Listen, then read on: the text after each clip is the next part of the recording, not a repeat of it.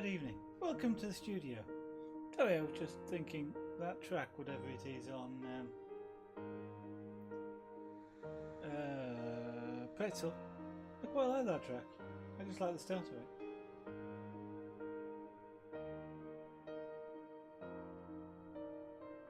Excuse me drinking the coffee, but I've got something and I need to drink. So, right, I have electric, which is off. I've got air, that's running. And let's put these other panels in here, then we can polish them down. Then we can put the border in, then we can see maybe about something else. But we'll start with these. So I have my wheel.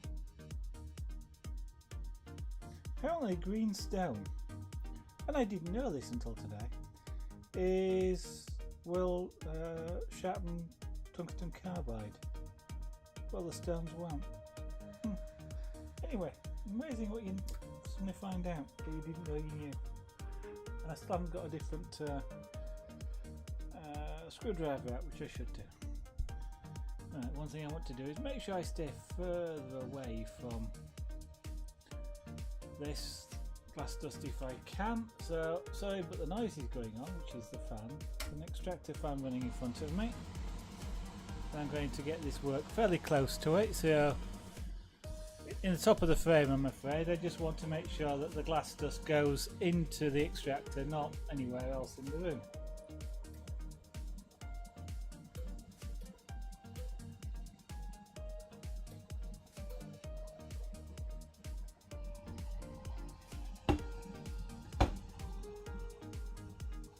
Okay, I was just wobbling a bit more than I was expecting. Right, so here we go. No, we don't go. What we do is we change glasses first,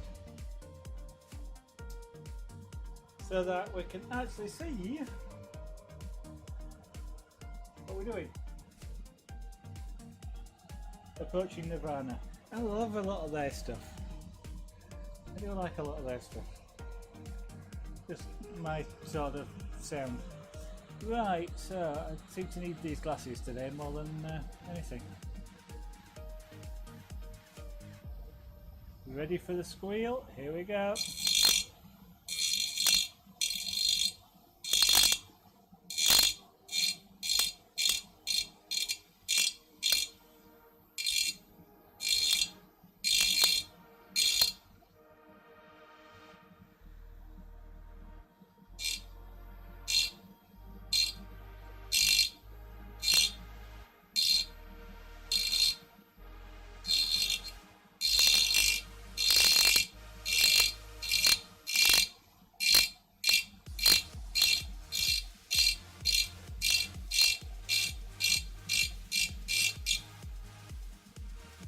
That was a bit off, but never mind.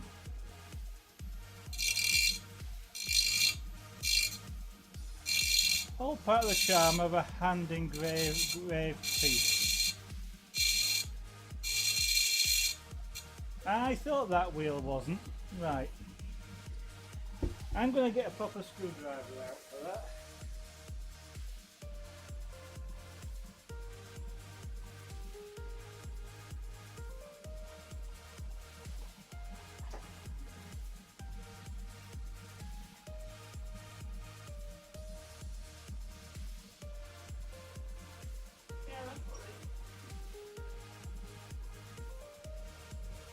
I thought the wheel was loose, and it is.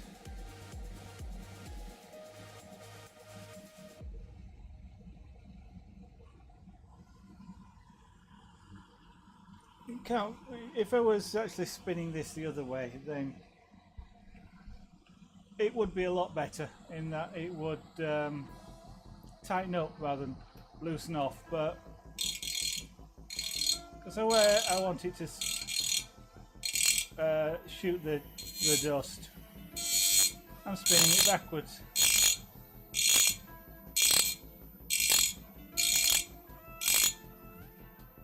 If I was doing this with a face mask on, I'd probably spin it the other way, but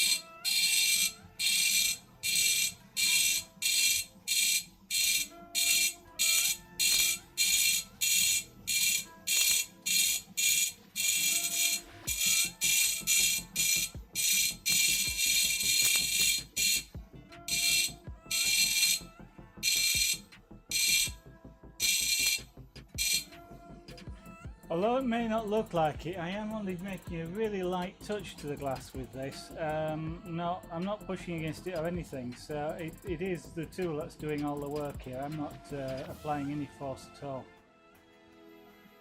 In fact, I'm actually trying to get effectively to do the opposite, not apply, because I may end up having to spin this the other way. Because it undoes the screw here.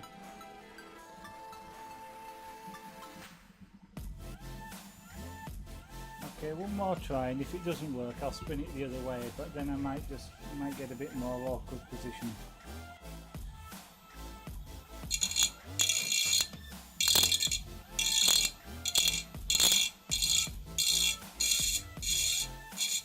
Yeah, it's come loose.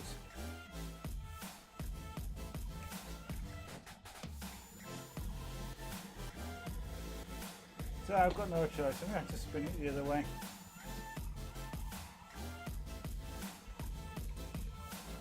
Which I don't particularly like doing, but I'll have to see if I can hold it like this then.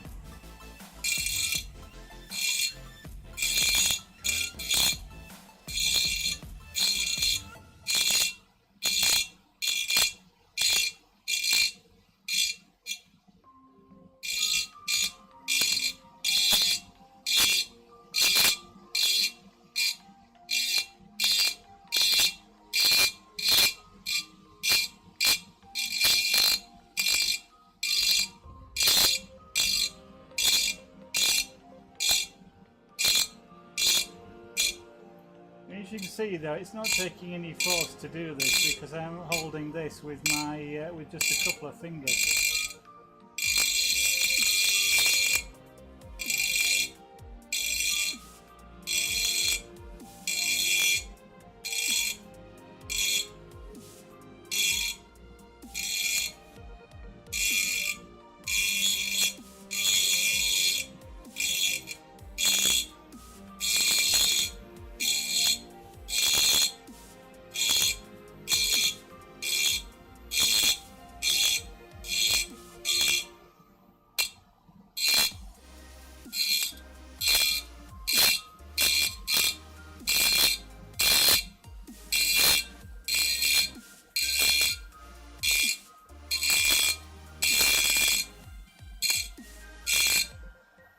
One of the things you do have to remember while you're doing this is that you've got a live spinning tool, and if you just touch it to the work, you get a mark, as I did in the middle of here. But as I'm going to go over the middle of it, that wasn't really a problem. But if I caught it outside of the area, then it would have marked it.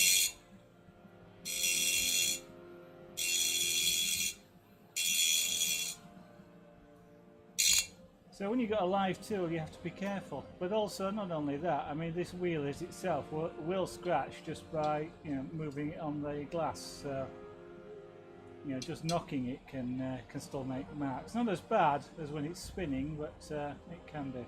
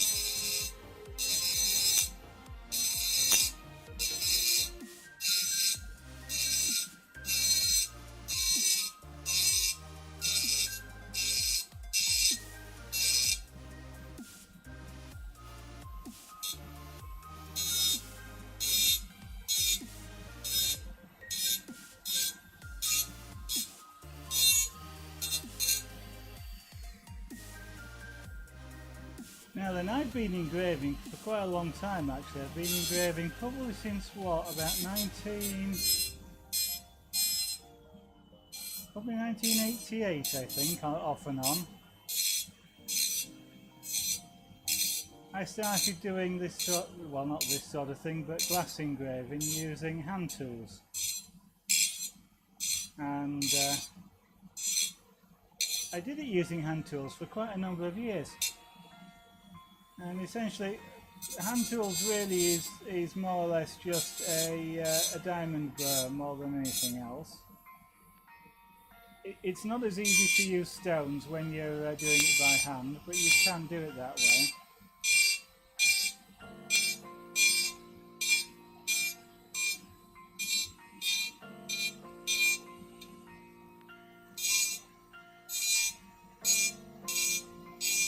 And in keeping with most of the other art that I like doing, I prefer to do images, pictures, rather than cartoon type things, for example, or geometric patterns.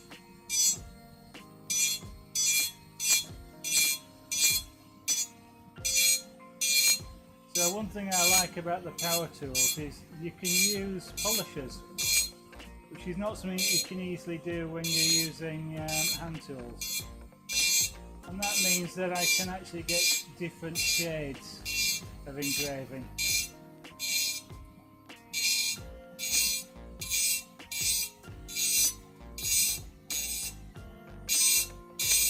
Now something like I'm doing here can also very easily be done using sandblasting.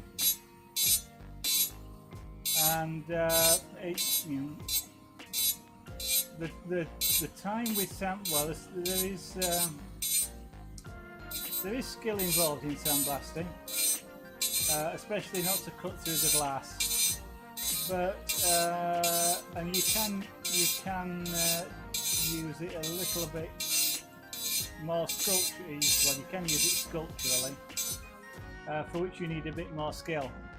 But if you're not familiar with sandblasting, you can do it fairly easily. Most of the skill comes in creating the mask. If what you're then doing is just doing a single colour sandblast, and you're not attempting to cut the glass in any way, so all you're doing is frosting it, then that's fairly easy to do as a beginner.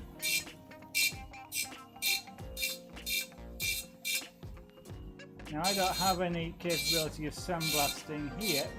I mean, I've got the air tool, so I've got the air to do it.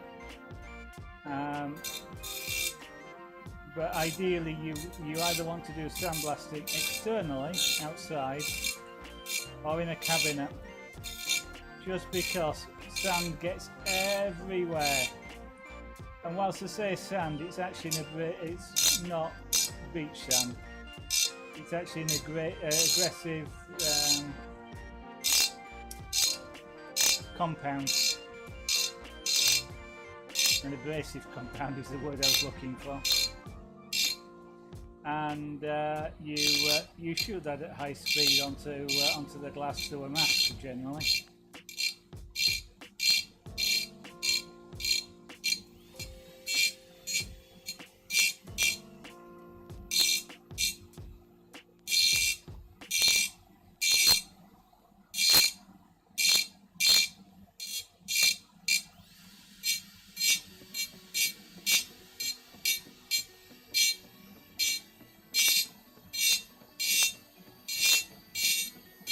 So generally speaking, if you're looking for glass engraving and it's frosted and it's all one colour, one of the things to look out for if you're buying it and what you wanted was true engraving is to look out for whether that's been sandblasted.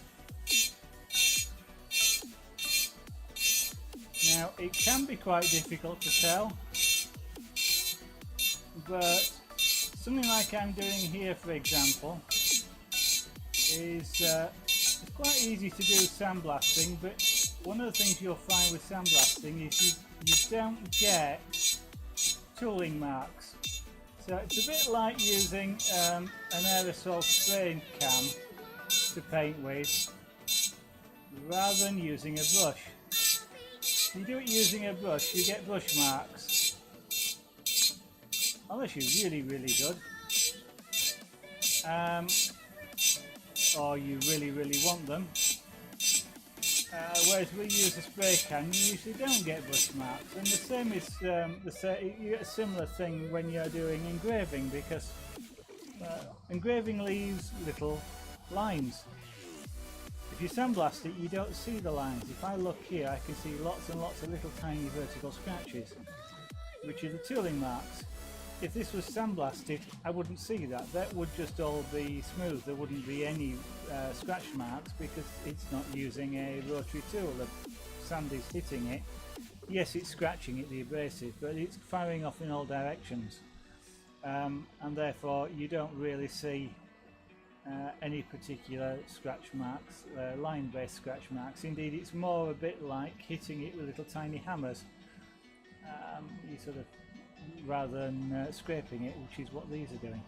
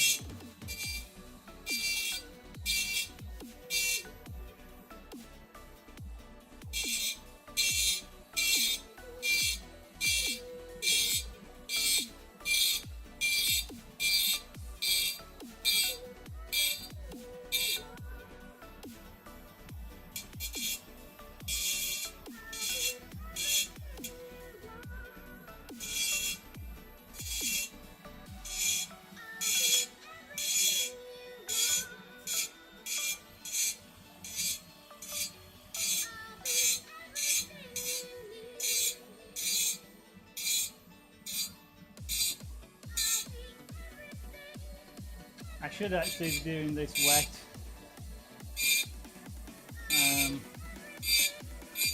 It helps to stop the tool from clogging. Also helps preserve it and makes it last longer. And also keeps the diamond, I was about to say, the glass dust down.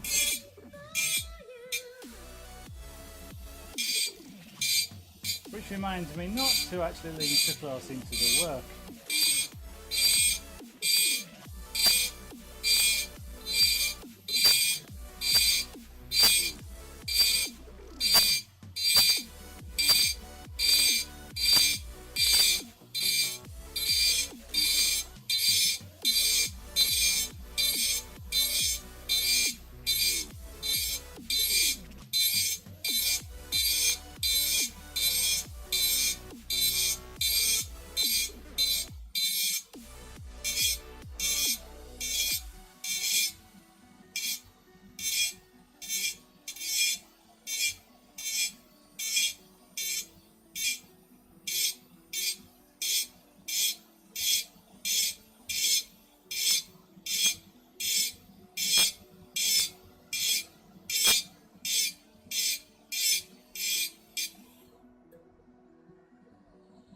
Now, one thing you have to do when you have to remember to do this is before you do anything like touch your face or eat, you've got to wash your hands, because I've got white powder on them, or grey powder that you might be able to see it on my fingers. That's glass, powdered glass. And that's not really the sort of thing you want to be eating, of course.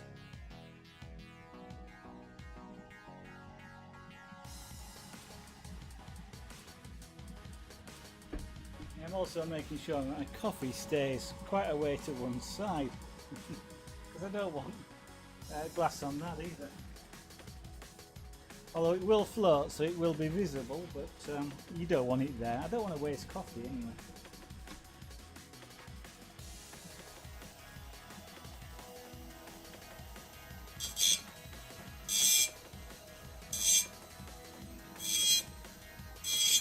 of course, the Tardis, Doctor Who. And with the Christmas episode, we get a new Doctor Who. For the first time, the Doctor is going to become female. Which, of course, got a lot of people jumping up and down, shall we say.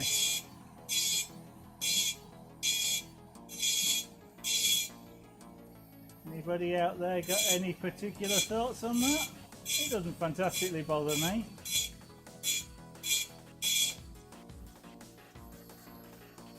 I'm not quite sure what it means in terms of sort of Doctor Who sort of lore, shall we say. I mean, genetically, I mean, they're not human, so it's an interesting concept. But of course, you know, I think as a when they first thought of Doctor Who, or when the first writers did the work, making it, you know, writing into there that the Doctor can regenerate, shall we say, was an amazing sort of idea that they got in there that made it really easy for them to change the actor doing the Doctor.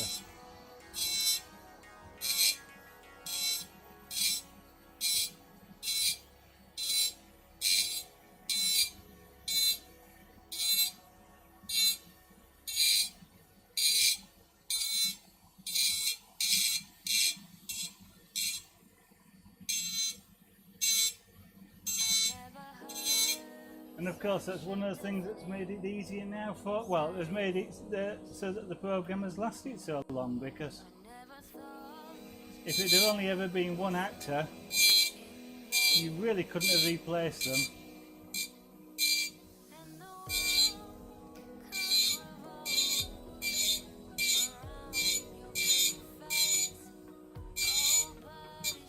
And of course, the show just wouldn't have lasted that as long as it has.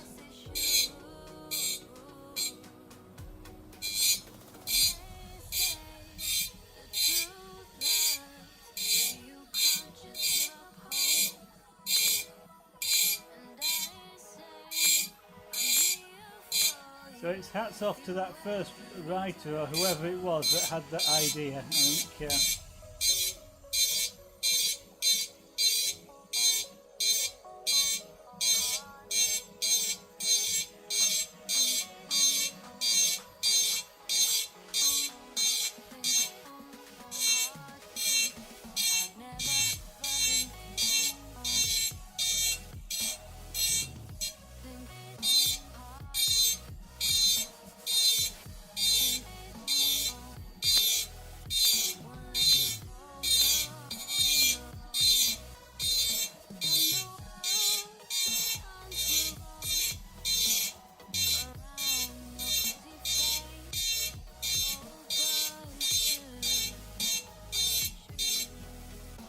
One of the things that fascinates me in a way is I can use this tool and I can draw a dead straight line right down the middle really quickly, because I'm going to go over it to make the area around it all white. If I tried that on the edge, you can guarantee it's not going to go right. It's going to go all wobbly and everything else, and it's kind of like, why can't I do that when I want to on the edge?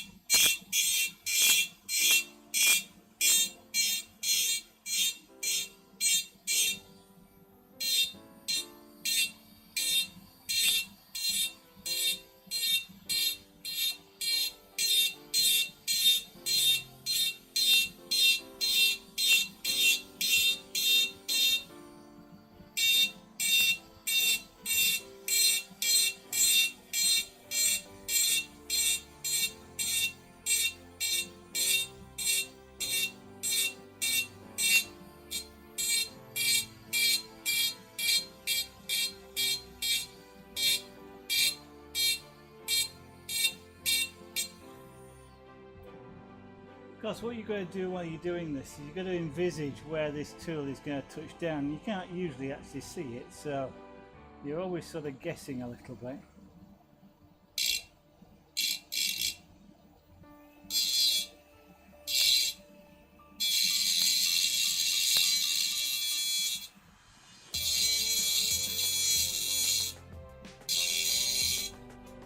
The trick usually is to start inside of where you want. You can always expand outwards. And you just move the tool over slightly if it's not quite where you want it to be, and keep engraving. But of course, if it goes over where you want it to be, well, tough.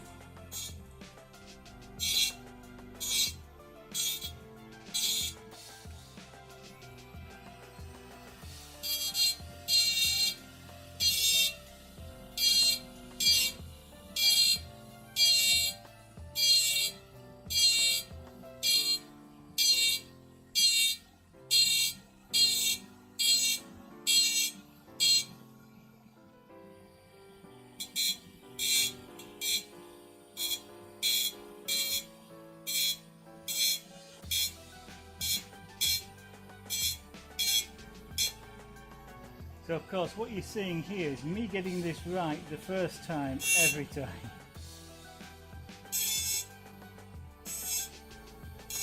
So even if I got it wrong, I get it right. You kind of have no choice, it has to be right.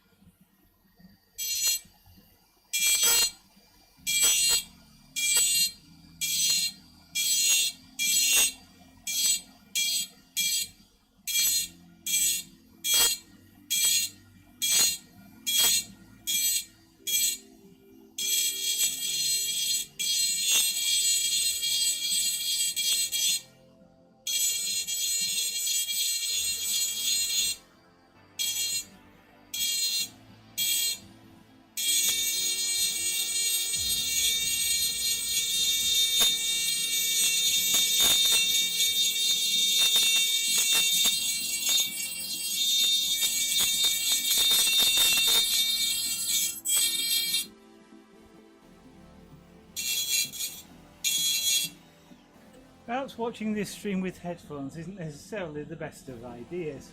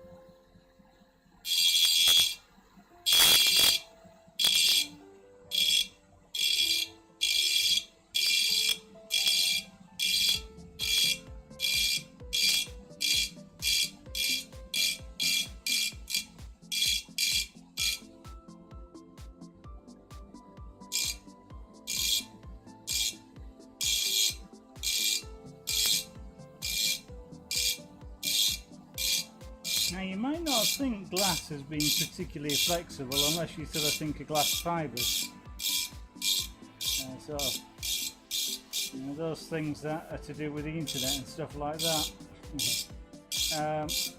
Which are of course extremely flexible because they bend quite a bit. And you get an illustration of that in fibre optic lamps, at least the ones that use glass, because they are really flexible and they're actually the same sorts of things that are used for communications. Now when you're engraving something like this, I can feel the difference in the glass between the bottom of the jar here and higher up. The glass is vibrating a lot less and is cutting differently at this bottom end than higher up where it's less supported, because of course we've got the bottom of the jar.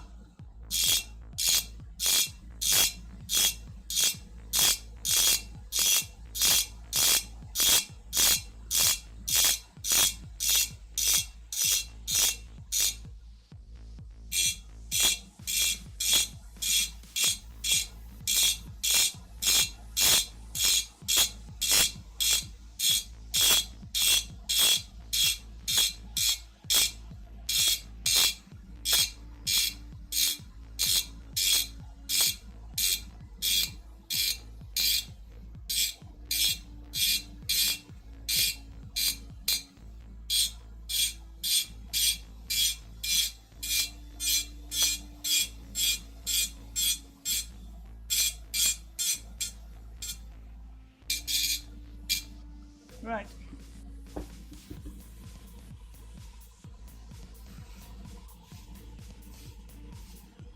So we've got that major element of engraving done there, so now we can polish some of that out. So having engraved it and made it all nice and scratched, we're about to unengrave it and make it less scratched and a bit more shiny.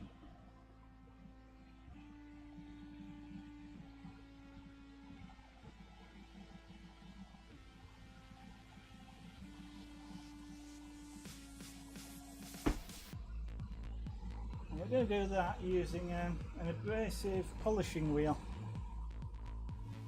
which is effectively sort of rubber with a little bit of polishing compound embedded in it.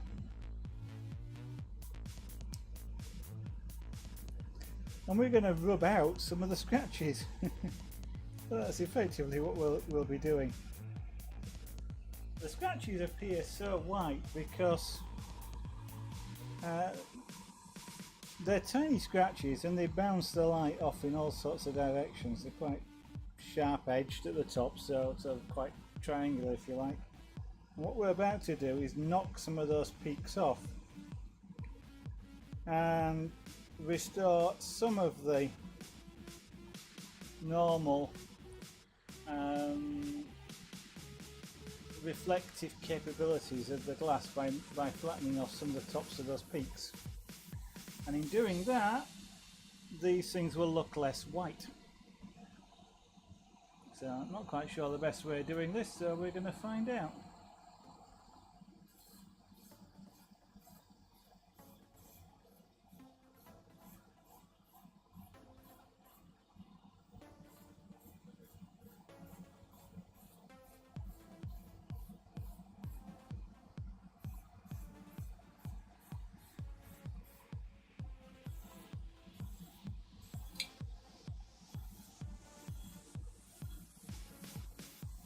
Be careful not to let the nut, or rather the bolt that's holding this wheel in but sticks out the top, come in contact with the glass, which of course will scratch it.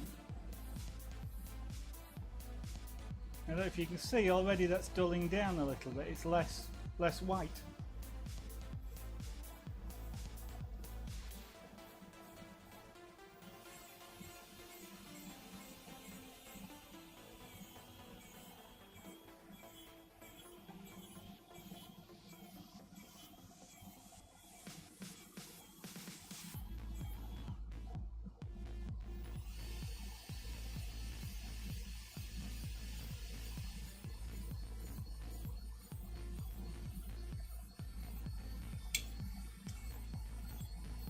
he says, catching the topic again and again. Yeah.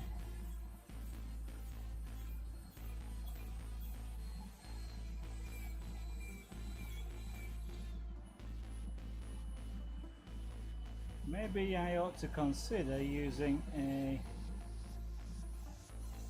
or getting wheel-shaped ones rather than disc-shaped ones.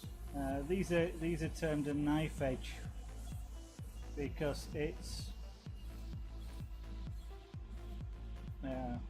sort of got a knife edge, and if you can see that there, but it's sort of in cross section it's kind of like a oval, pointy ends rather than being flat like a wheel would be, like the wheel we've just been using.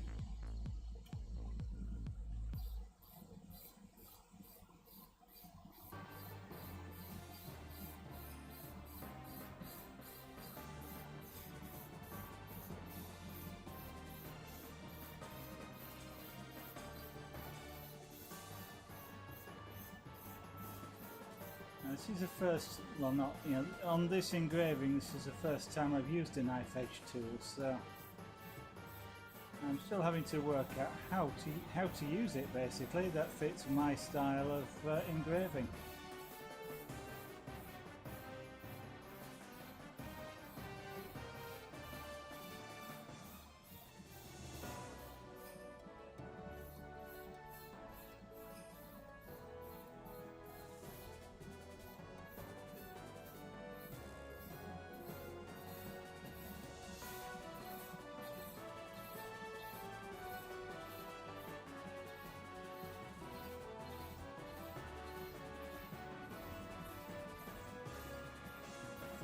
And it tickles when it contacts you. Although it's slightly abrasive, it's kind of, well, I mean, it would burn you if you held it there. But it's not like a cutting wheel that, you know, will slice into your finger as soon as it makes contact. Now, I'm not touching the glass at the top because I want that to remain quite white.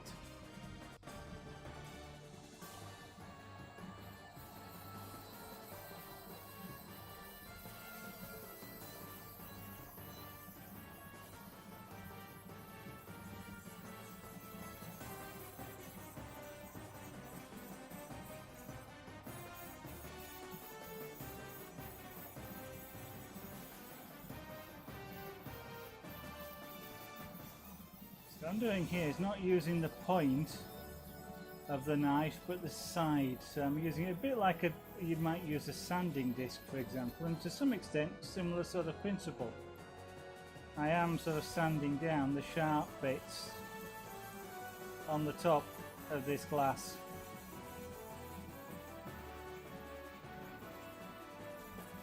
Which makes it more smoother, and when it goes smoother it goes more transparent and reflects light less than it did before.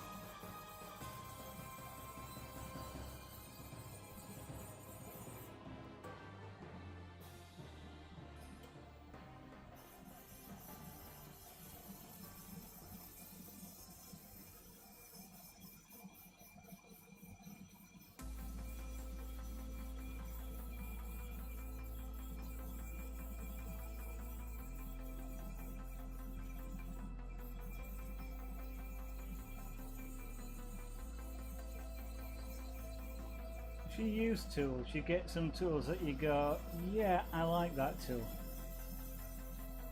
Doesn't matter what it is. When I'm doing pyrography, it's well, one of the shaders, ideally both of them, but they're almost like favourite tools. And I like this knife edge polisher is really good for doing this.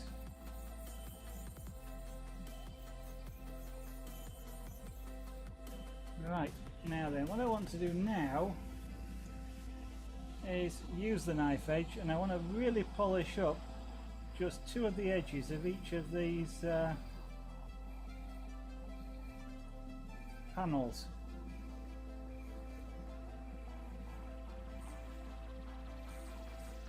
So again, I'm not with all of with any power tool basically. You don't want to force it. You know, you might want to make sure it makes firm contact, but let the tool do the job. You know, in this particular case, whilst I am gently pushing it against the edge, I'm not actually sort of forcing it, because that would just tend to slow down the wheel, and actually it would become less effective.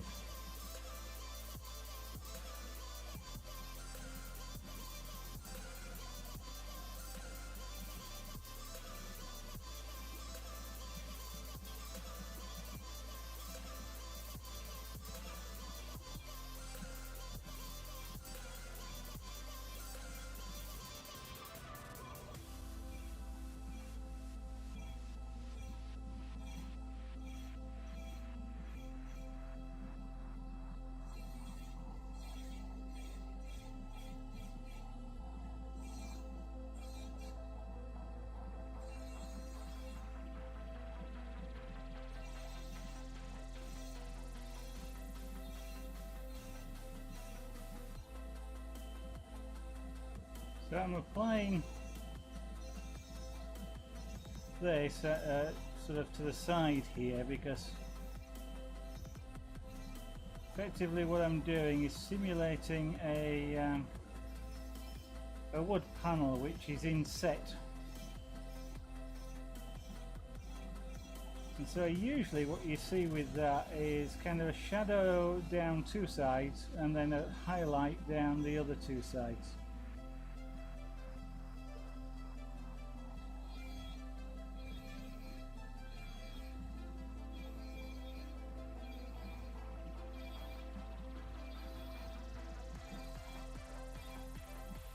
So this will kind of look like the highlight, and then on the other side what we'll do is we'll over engrave what we've just done again, which will restore the lighter colour and thereby make what looks like a shadow.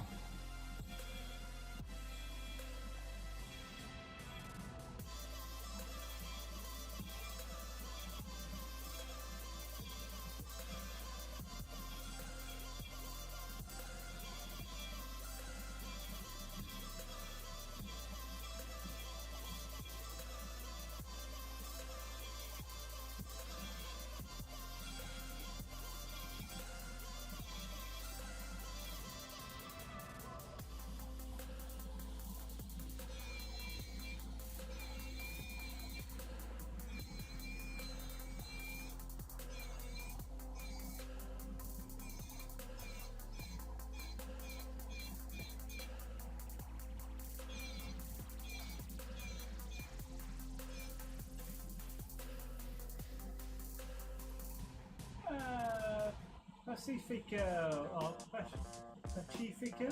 Pacifico? You think you know what a Tardis is? Are we making it? Well, I'm engraving it. Tardis. The thing that Doctor Who travels in. And if you really want to get more technical than that, it means time and relative dimension in space. So this is a coffee jar. So I'm sort of resembling a Tardis, shall we say. If I really feel like it, right at the end, I may put a little white flashing light on the top, but I may not.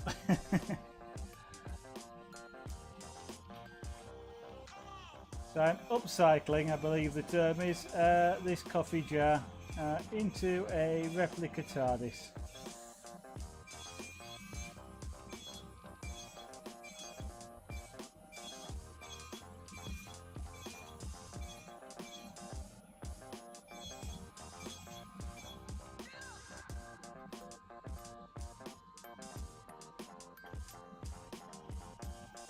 So this is the panelling around the sides, and because the panelling is inset, I'm sort of using a light trick where there's sort of shadows on two sides and highlights on two other sides to sort of make it look a little bit like the panel is inset, because of course it isn't really, not on here. I could with glass engraving you can take it further to glass cutting, and I could actually grind some of the glass away to actually inset these. I mean, they are very slightly, but actually more than that. But a glass jar like this is relatively thin, so it would be too easy to cut all the way through, and then you destroy what you're trying to do. So we're using more an optical sort of illusion, rather than actually going to all the trouble to try and cut actual deep panels into the glass.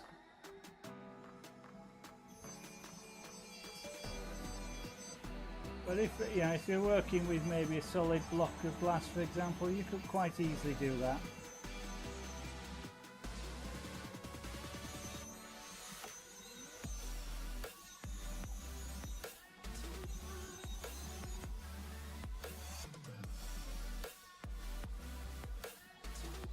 So unfortunately, it's a lot of repeats. It's the same thing on 4 sides, but I've already done 2 now. So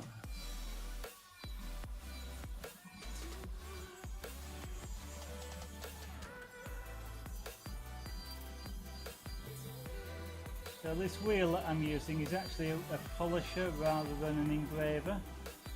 So it's doing the opposite. So what I've already engraved, I am now sort of reducing or removing some of the engraving.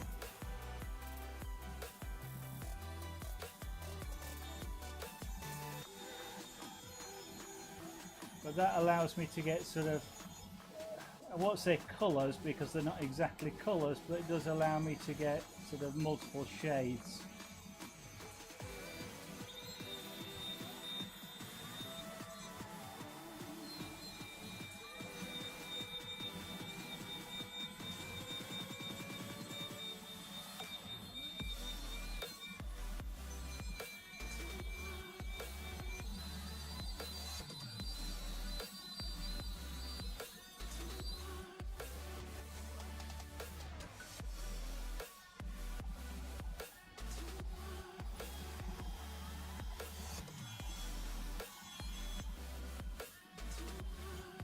I love power tools like this sometimes because what I'm doing here would have taken, doing it by hand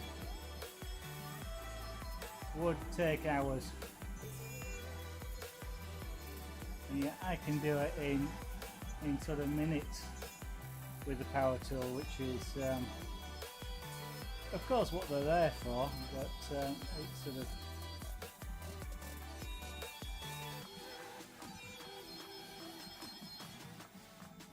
and there are some people that would then have discussions about you as to whether that means it's actually hand engraved or not, but it's my hand that's doing the work in controlling the tool. So, and I've had that discussion with people, and with all sorts of things, whether it's power carving or engraving like this, and usually the sort of thing I tend to say would be, well, unfortunately my fingernails are not that strong that I can actually scratch glass with them, so I do have to use some form of tool. And this is just a faster tool.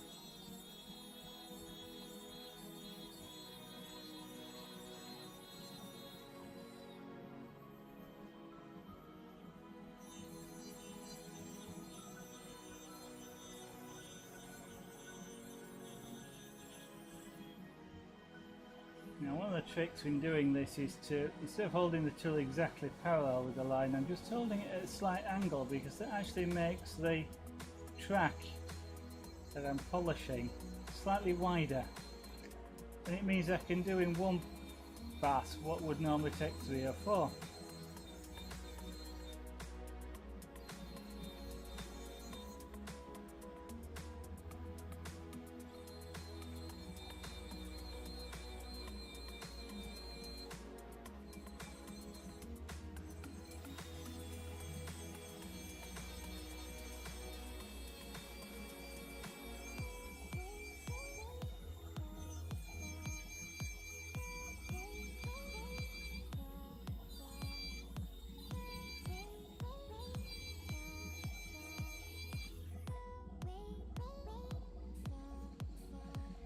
Okay, in a moment we'll be getting the dental drill out. I think we'll use the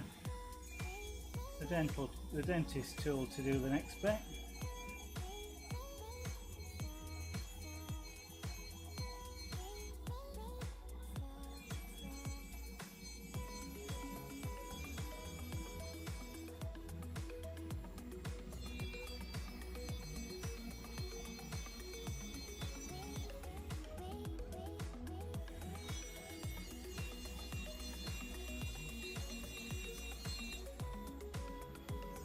I keep the tool moving, by the way, rather than doing one spot, keeping it on one spot, generally speaking, because it does heat the glass up slightly, and if I heat it up too much in one spot, it is likely to either crack and or shatter, which obviously wouldn't be a good idea, especially when you're holding it. Right, so what we're going to do now is switch to the dental drill.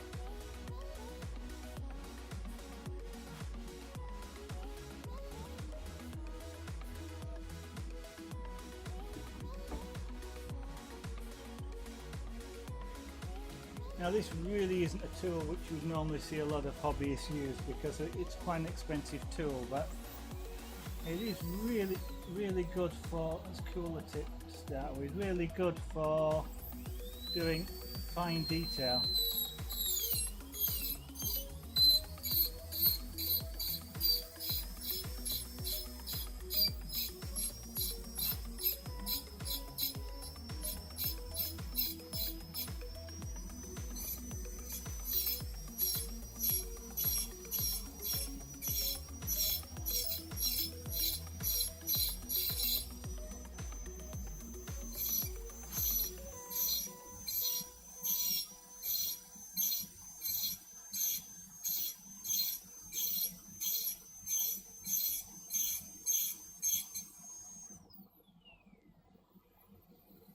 Now is that actually going to do it?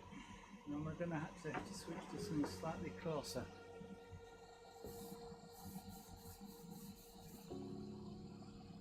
No, that's not going to do it. That normally would. Okay. So what we'll do is we'll try using a larger diamond bit. Or ultimately I may actually have to even go to a stone.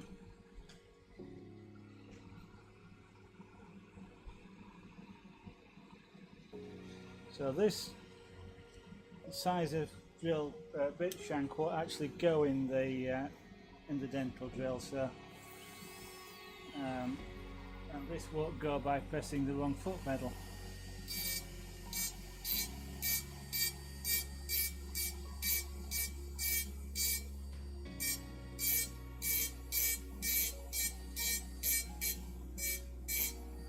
That's better.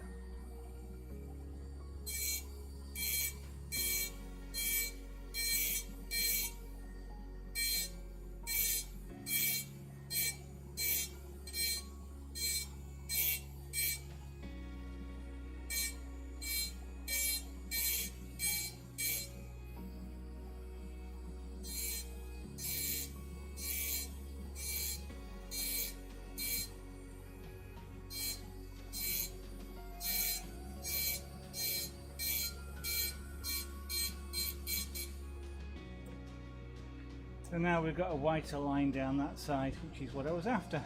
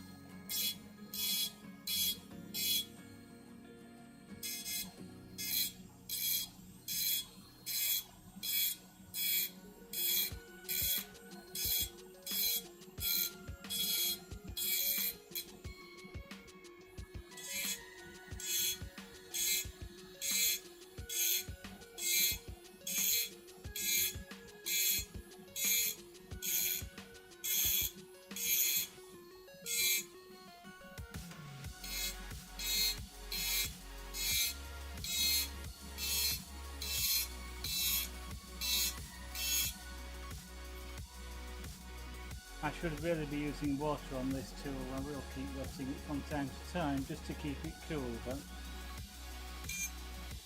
it then becomes a little bit harder to see what you're doing.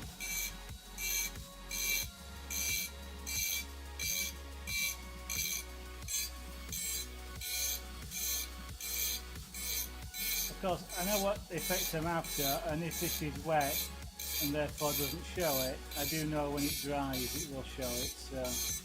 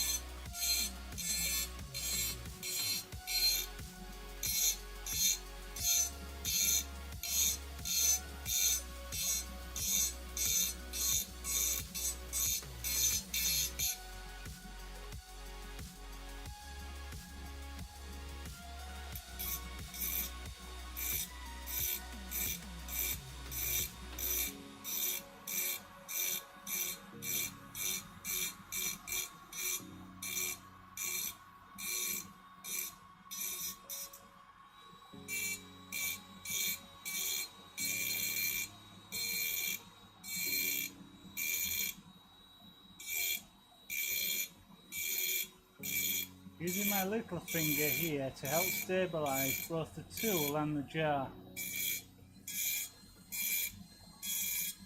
That means they both move together really,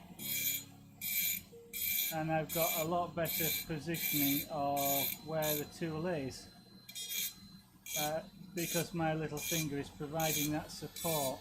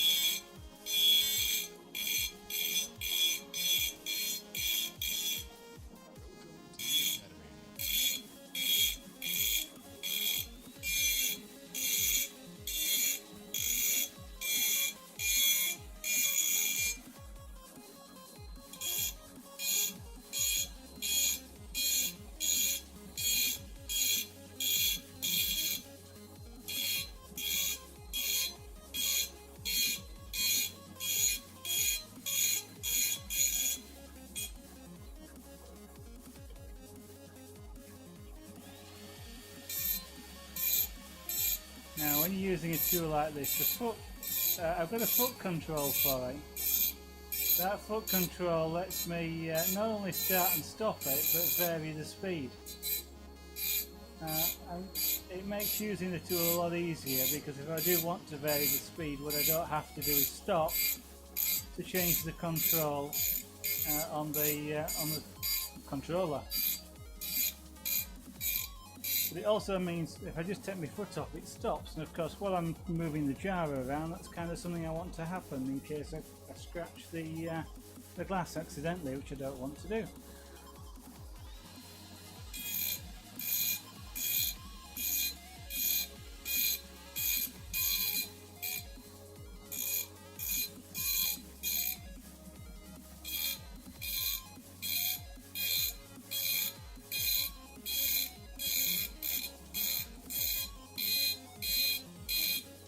Now you can see me turning the bottle around to do these four, just because the angle of the glass, because it bends in the middle, it's got a waist, makes it easier to do from this angle than it is from the top on these lower panels, and the vice versa on the top ones.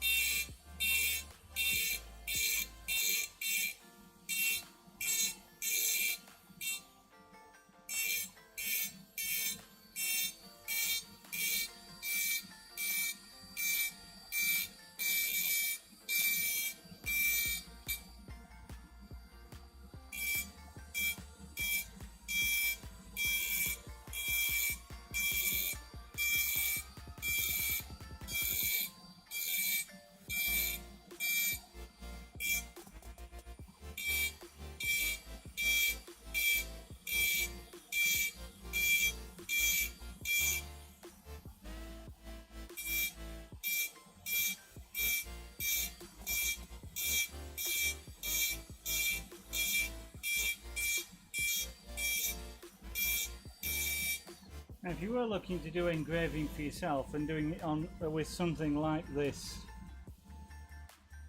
tool, or you can do this with something like a Dremel. It would be a lot noisier, to be honest, because the Dremels are not really that quiet.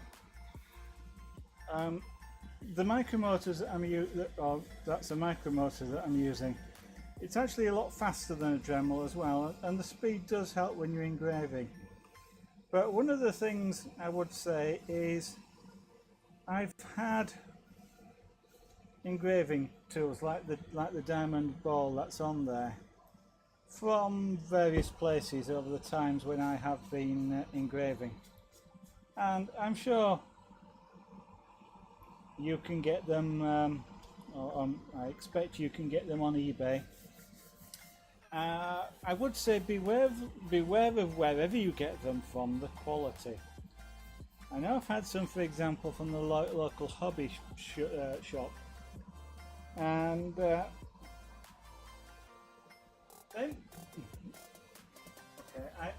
whether or not, I was about to say the quality hasn't been as good as I might like.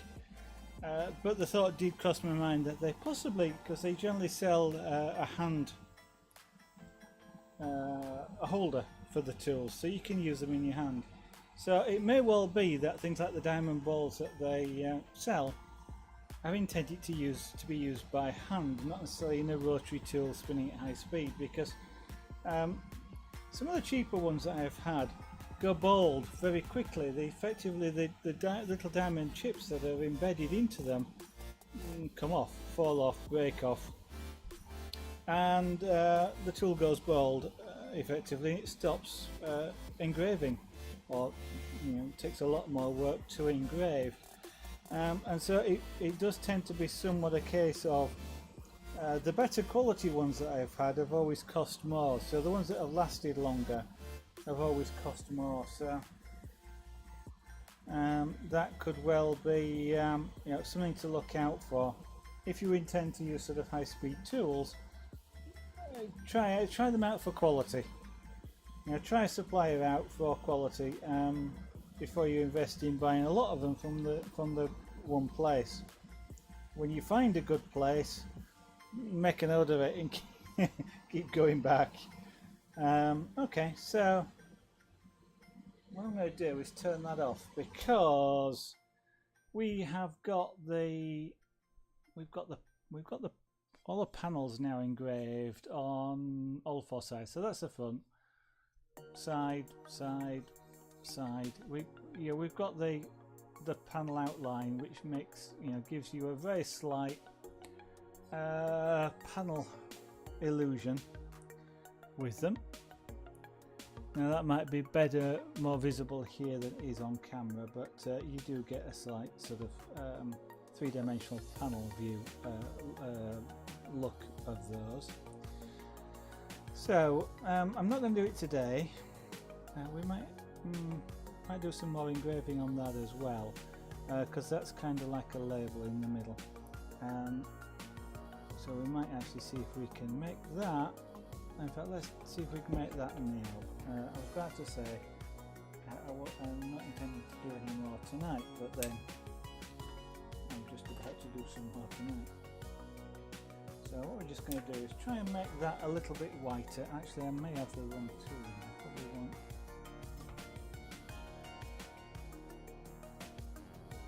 Get the right foot control.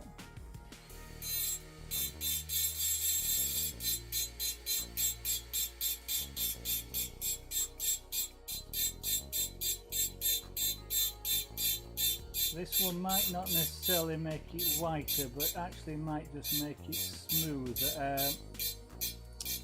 smoother, and that in itself will make it stand out.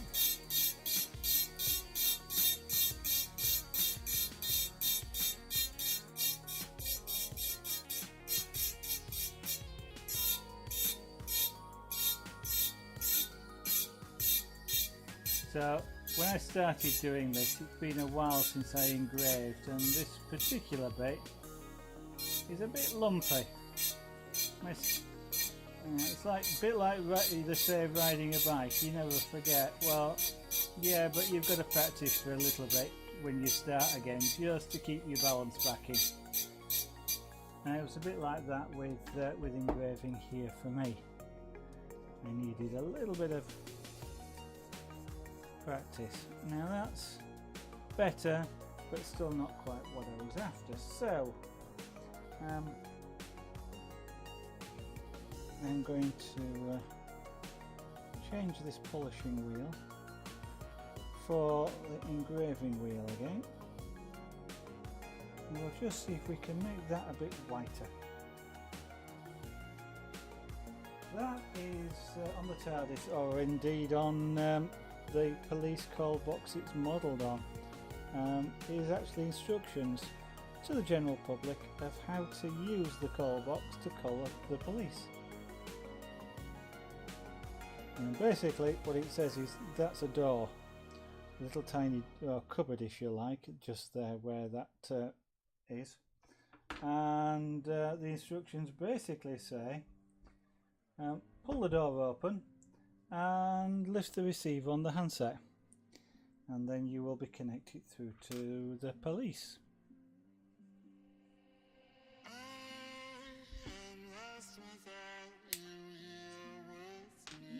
ought to do is get out my paintbrush so I can dust this down, because this of course is getting glass dust off of my hands on it.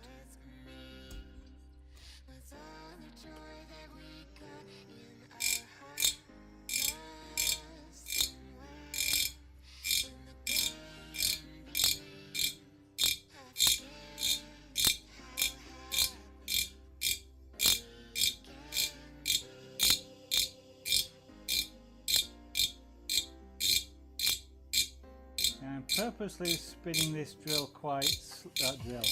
Micromotor, and therefore the grinding wheel quite slowly, because I actually want it to chatter like it's doing here, which is bouncing the wheel slightly, because what that's doing is actually making the glass slightly more white.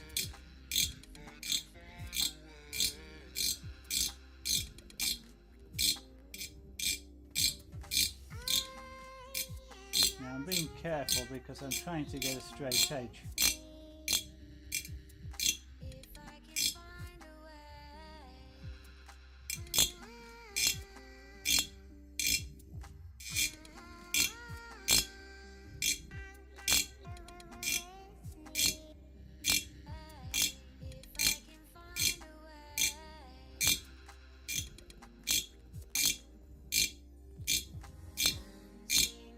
If you happen to be seeing the puff of dust or what looks like smoke coming off of this,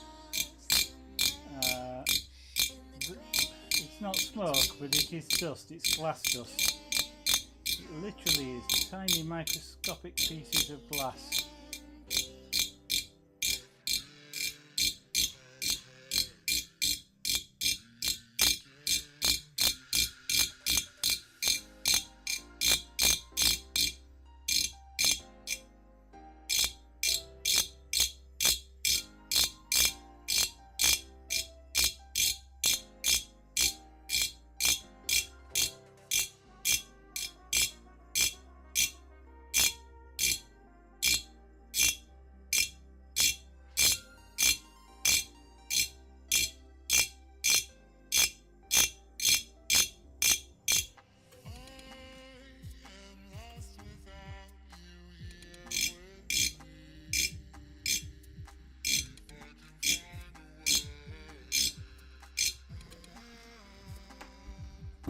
Okay, there we go. So now we've got what would be a white sign, which at a distance, of course. You know, if you, he says, he's justifying it. If you imagine this was a real police box, of course it would be about 8 to 10 feet tall. Something like that, 6, 8, 10 feet. I mean, it's got to be tall enough for a policeman to get in, potentially wearing his helmet. So it's at least 6 foot tall. So for you to see this size, which is what, about 10 inches, you'd have to be a long way back. If you're a long way back, that sign probably looks just like white with maybe a little bit of grey on it. You almost certainly couldn't read it at that distance. So there's justifying not putting any writing on there. I guess if I really got a really fine pen, I might be able to put some, you know, like a I wouldn't use ink. You'd have to use the equivalent of I don't know, it would have to be not very runny, because if it ran, it would go into all the little tiny grooves and it would just create a big grey blob. But so that's the main engraving done. Next thing to do would be to put police box across the top.